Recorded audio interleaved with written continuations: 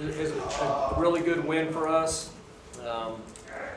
You know, I don't know what to say, what else to say about the defense. You know, I just kind of running out of things to say about them on Saturdays. Hopefully they can just stay the course.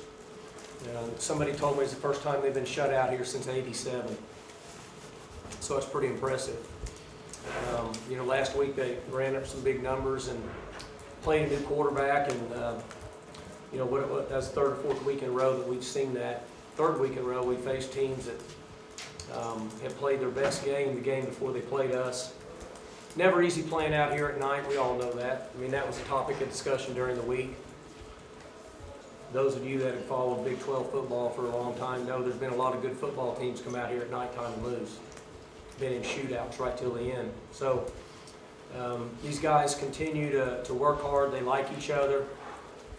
They care about each other. The culture is through the roof. They practice hard. I don't really do much anymore. I just kind of stand back and watch it and not mess it up. So they're really, really good, and I know they're excited right now. Like any other Saturday, though, even though this is the big Saturday for our team, we still got a job to do. We got to go to work tomorrow, and once we start with the team, we got to get back to work. We got to let this one go and get rolling and get ready for the next one. Mike, you guys secured your spot in the Big 12 championship game with this win tonight. What does that mean for you and for this team to have done that? I just think it's, you know, it's hard to get in there, you know, and it's hard. Games are hard to win with the parity in college football, the parity in this league. Teams that compete against each other, teams that beat teams that shouldn't beat teams, close games, and it's really hard to predict. So for these guys to be able to find a way to get in that game is a big accomplishment, and they did it. You know, this is their team. It's not the coach's team. It's their team. It's a choice they made. We had several players that came back for the super senior season, and that's why they came back. And so you just hope that it works out. You know, we were a beat-up team on offense. We were down about 5 starters on offense. We couldn't practice very well this week. 72 didn't practice, center didn't practice, 80 didn't practice, 7 didn't practice, 90 didn't practice, and 87 didn't practice. I think that's all of them. So our practices on offense this week were very average because we didn't have anybody out there. So Coach Dunn and his staff had to work hard to manage to put some things together to, 1, run some clock, and 2, find a way to score enough points. They did a good job of stopping us and made us kick, I guess, 3 field goals. Is that right, or am I wrong? At least 3, maybe more. So, you know, we felt pretty good about at halftime if we could get it to a 3-score game, that just seeing what was happening, it would be tough for them to catch us. Mike, you mentioned the injuries. Is Jalen okay? Seems like he was a little banged up. Yeah, I mean, we wouldn't have put him in the game if he wasn't okay, but he's not full speed.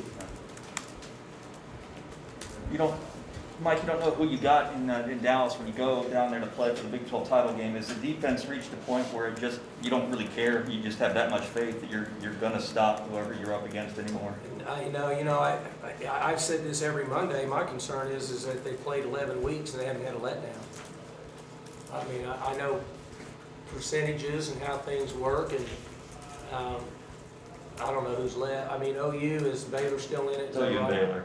So both have active quarterbacks and obviously firepower on the perimeter and can score points. And so, I mean, I've told them in there every Saturday, I don't mind telling you all the same thing. They got to stay the course and practice well and give themselves a chance. I don't see that as being a problem. They've been doing it, but if they don't, you can get knocked off real quick. So, you know, it'll be the same process this week, starting tomorrow. It'll be early morning for the coaches, and the players come in tomorrow afternoon and go to work. Mike, you say you run out of things to say about this defense. Was there anything that stood out tonight in the performance? I mean, first team shut them out since '87. I mean, 97, 07, 17, 34 years. Pretty impressive. They had a lot of good, they can score points out here. We all know that. So, and it's hard to do that. It's hard to shut people out, especially at home. So they just keep playing well, and they just got to stay the course. Could you tell those guys wanted the shutout there, especially late as they're getting those fourth down stops and things like that? Did I tell them what? Could you tell that they wanted the shutout? Oh, I mean, I'm on the headphones and I'm listening to the coaches. I mean, I would guess yes, but I just leave them alone. I stay as far away as I can so I don't mess them up, and that's the truth. You talk about the offense being banged up, but it looked like you guys were able, as you mentioned, they were looking for ways to move in and run some clock. It looked like that's exactly what they were able to do. What did you think about the offense? We did. We ate a lot of clock in the second half, particularly in the middle of the third quarter till the end of the game. We should have eaten more clock. A couple times when we should have just run the ball and used the clock, we were throwing it. And that's based on some RPO read stuff we have. It's not anybody's fault in particular, but could have used more clock and been a little bit more efficient in that area, in my opinion. But they did a good job with it. And then obviously in the last drive, 20 pounds in there, pretty good. We blocked them all up. 72 came in and played because 60 got hurt. And so 72 played. Hopefully he won't be, there's a good chance he'll be pretty sore tomorrow, but hopefully maybe not enough where we can get him back out to practice maybe Wednesday. You've talked about the freshman receivers a lot, but John Paul Richardson really had a big night in Brennan's spot. How much has he improved? Well, he's 6 catches and a touch. You know, it's hard for true freshmen to play. You look out on the field tonight, and we're lined up out there, and I was looking, I said, we got 85, we got 28, we got 19, you got 17, you got whatever Mikulski's number is, 62 or 66, I don't know what his number is. And there was another one, we had 5 freshmen on the field playing that game on offense. Pretty impressive. He had JP throw the ball too. Got kind of bit by a shoe coming off on Jaden there, but is that a play you think he'd want back? Well, JT threw a lot of passes in high school. Yeah. He's a good thrower, he's a good athlete, and we can do a lot of things with him. Probably should have done it earlier in the year, but for the most part, I mean, we had a good play call. And, you know, we scored 23 points. We were very efficient with our field goals, and we dropped a touchdown. And we had another one on the double pass, and we kind of got messed up. So, in theory, the way I have to look at it as a head coach, we had 30. We just had some mistakes. Obviously, Tay played a great game. He had another drop over here on that side of the field. I mean, it wasn't an easy catch, but still could have converted. So, we had a banged up and skeleton crew on offense, and should have probably scored 30. They're a team that's better in run defense than they are in pass defense. How do you think Spencer kind of managed the game? I thought he was fine. I mean, I didn't hear a lot of complaining on the headset. They had to stop the game, Mike, briefly because of, I guess, something got thrown onto the field. Were your kids okay? Did any of your guys get hurt? Yeah, everybody's good. Flour tortillas to start, and then I guess 2 bottles of beer or cans of beer or something.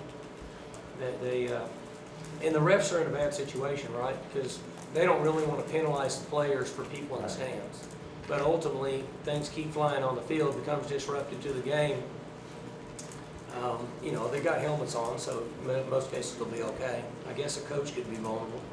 But, you know, they had to penalize them, and then they're trying to do the best. They came over and explained to me, Coach, we don't want to penalize anybody for people throwing cans of beer on the field. And I said, well, I think that one bottle was whiskey. That's definitely worth a 15-yard. But anyway, they're just trying to do the right thing. They're in a tough situation. Yeah. Mike, you talked about how impressive your defense was. I sensed the same way I sensed it with West Virginia and the TCU. There comes a point where you can sense that the other guys are demoralized. The opponents are demoralized by what your defense is able to do. Do you sense that on the field, that other teams hit a breaking point on this, the way your defense is playing? I would have to guess. It's hard for me to speak for others, you know, which I guess in the court of law would be called judgmental. But the truth is, I would think if I was on offense, eventually it just kind of wears you out. I mean, and the reason is because we play a lot of guys on the front, and we get a lot of pressure, and we've been fortunate enough to put the quarterbacks under duress. And quarterbacks have a biological clock that runs. And if the offensive line starts the game and is protecting for them very well, they're comfortable. If they start and they're not protecting for them very well, they hurry their throws, they move their feet, they get in panic mode. That's pretty much every quarterback there is at any level. And so our guys have done a good job of putting them under duress and hurrying some of their throws. And I think, you know, he's young, obviously, but he made 4, 5, 6 throws in the end of the first quarter and second quarter that weren't even close.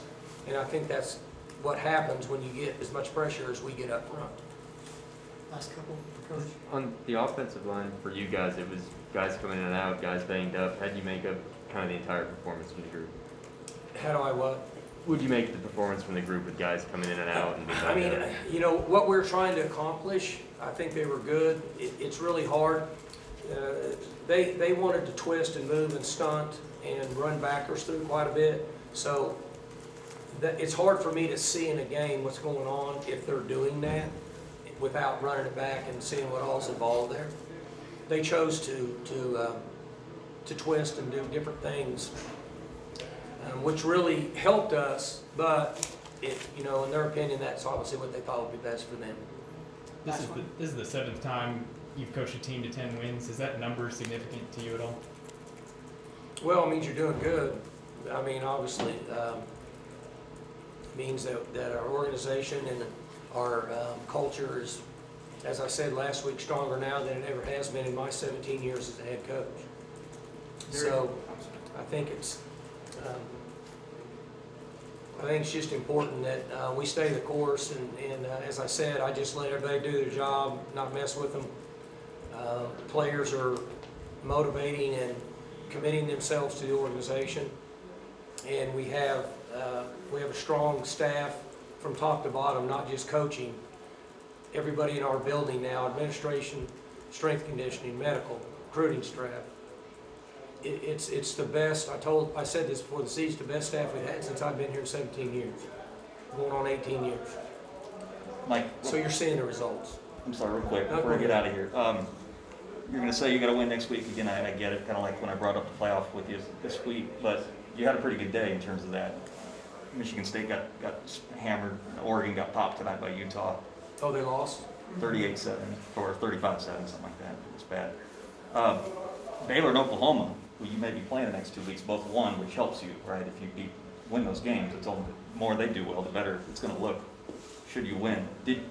Are you allowing yourself to see a bigger picture yet, or are you still going to say, let's just see what I bet happens we next move time? up 2 spots. Yeah. Don't you? Yeah, I think you'll probably pass Oregon now. Well, Michigan You State should. lost. Yeah, Michigan State. And Michigan State would be So the other we'll move one. up 2 spots. What about Oklahoma and Baylor both winning, potentially help you out in the next 2 weeks? Are you talking about with the committee? Yeah, I mean, just I trying to get their attention. You know, I don't know how they see all that. I guess they look at it somehow, Right. but I mean, if I had to guess, we'd move up 2 spots. Thanks, Coach.